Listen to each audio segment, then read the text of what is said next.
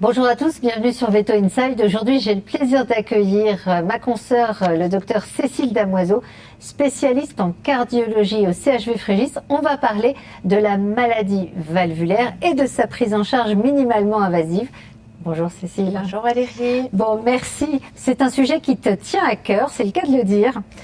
En quoi consiste cette intervention précisément, Cécile ?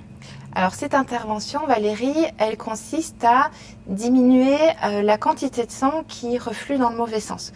Tu sais que cette maladie, elle est due à un problème de valve. Donc les valves cardiaques, c'est comme des petites portes. Et donc ces valves s'abîment, on retrouve ça beaucoup chez certaines races de chiens. Et comme ces valves s'abîment, quand elles se ferment, elles sont plus du tout étanches.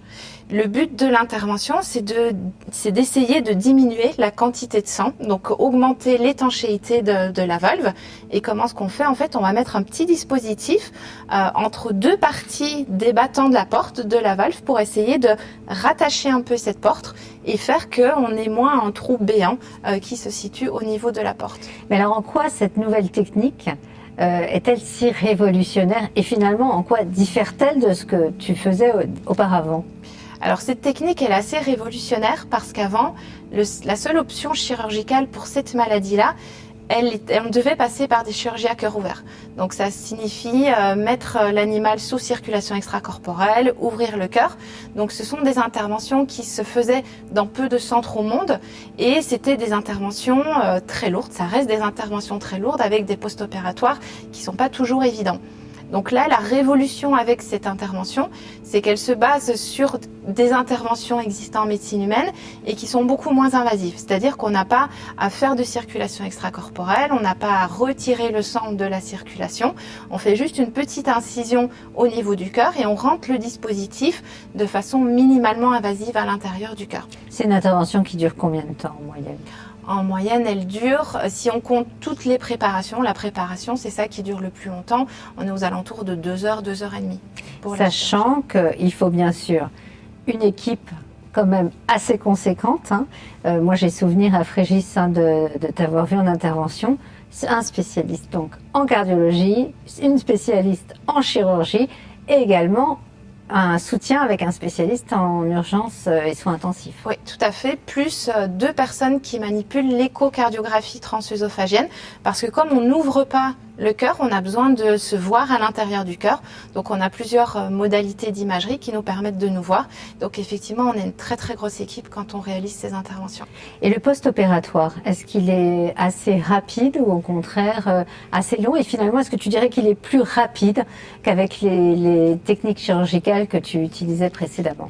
Alors c'est donc un post-opératoire qui est très rapide et c'est encore une fois la révolution de cette intervention, c'est que quelques heures, donc le jour même de l'intervention chirurgicale, le chien est debout, le chien est capable de manger, de remarcher et on a un chien qui sort donc d'hospitalisation dans les 48 heures en moyenne. Ouais, c'est impressionnant. Alors quels sont les chiens candidats de ce type d'intervention? Parce que tout à l'heure tu parlais de certaines races aussi prédisposées, donc tu me réponds à cette question dans l'ordre que tu veux. D'abord, si tu veux, les races prédisposées à ce type de problématique de maladie valvulaire. Et ensuite, comment tu identifies les bons candidats? Alors, les races prédisposées, c'est de façon générale les chiens de petite taille. Donc, malheureusement, on sait que c'est une maladie génétique. Donc, on a beaucoup de chiens touchés. Les cavaliers King Charles, les chihuahuas, les teckels, les caniches, les bichons. Donc, ce sont vraiment tous ces chiens de petite taille qui sont très touchés. Et les candidats, on va opérer des chiens à partir du moment où on sait que la maladie cardiaque va raccourcir malheureusement leur espérance de vie. Donc ce sont des chiens qui n'ont pas encore fait d'épisode d'œdème pulmonaire, donc de l'eau dans les poumons, mais juste avant cet œdème pulmonaire, où ce sont des chiens qui ont déjà fait un œdème pulmonaire, et on sait donc que leur espérance de vie va être réduite à cause de la maladie. D'accord. Et quand tu les vois en consultation, il y a des examens en particulier que tu réalises en amont de l'intervention pour t'assurer que l'intervention va être supportée, entre guillemets? Alors on fait un bilan, alors préopératoire classique comme on peut faire chez tous les animaux qui vont avoir une chirurgie, mais on va s'attarder beaucoup sur l'anatomie de la valve mitrale. C'est-à-dire on sait que tous les chiens malheureusement qui ont cette maladie-là ne peuvent pas être des candidats pour la chirurgie. On sait qu'on a certains chiens qui ont des tailles de cœur qui sont devenues trop grosses qu'on ne peut plus opérer. On a des chiens chez qui la valve est trop abîmée et donc elle ne pourrait pas supporter cette intervention. Donc on va vraiment aller analyser en échographie classique et en échographie transœsophagienne. Donc on place une sonde échographique dans l'œsophage de l'animal et on va analyser cette valve vraiment le plus en détail possible.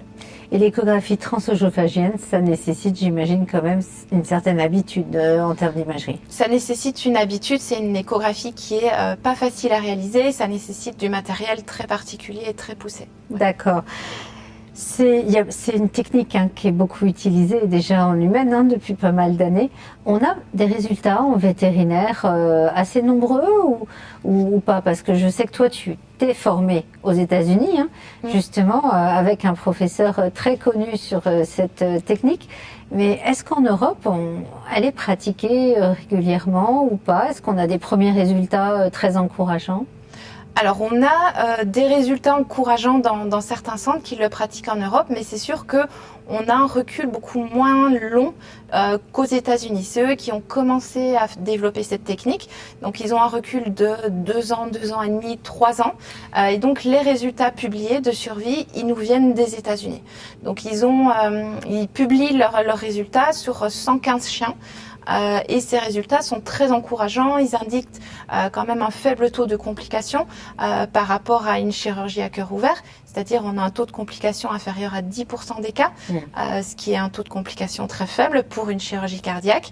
Et on a des survies à 2 ans qui sont vraiment assez impressionnantes dans le sens qu'ils ont montré qu'on avait plus ou moins, ça dépend encore une fois du stade auquel le chien est opéré, mais plus ou moins 70% des chiens qui sont opérés, qui sont encore là, qui sont encore vivants après 2 ans, alors qu'on sait qu'au stade où on les opère, ils auraient une espérance de vie sans chirurgie qui serait moindre, qui serait de quelques mois dans la majorité des cas. Et alors, le traitement finalement, la prise en charge médicale, quand tu as eu ce type d'intervention, est-ce que c'est du passé et on l'oublie, on arrête totalement, ou est-ce qu'il y a quand même besoin en parallèle d'un soutien thérapeutique?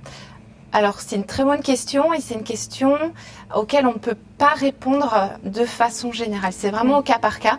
En fonction de la quantité de sang qu'on arrive à réduire, on va pouvoir dans la majorité des cas diminuer, en tout cas les traitements, et dans certains cas pratiquement les arrêter. Ouais. Mais c'est vraiment au cas par cas.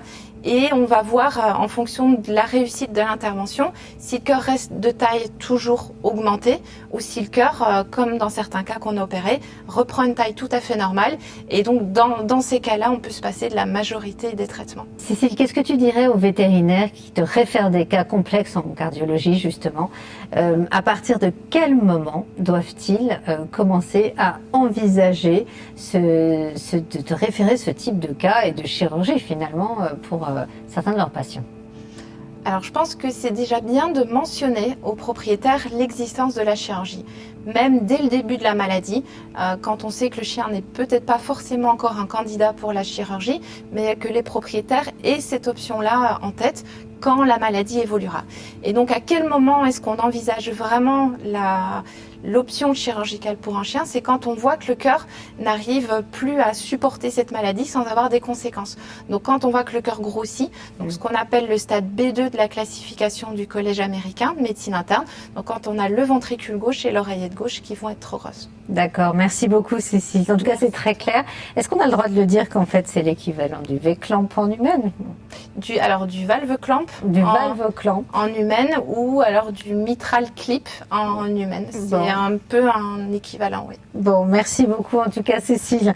J'espère que cet épisode vous aura intéressé. Vous l'aurez compris, sur des cas très complexes, eh bien n'hésitez pas à référer vers certains spécialistes qui réalisent cette intervention en France. Vous êtes très peu nombreux en France. On est très peu nombreux, ouais. Ouais.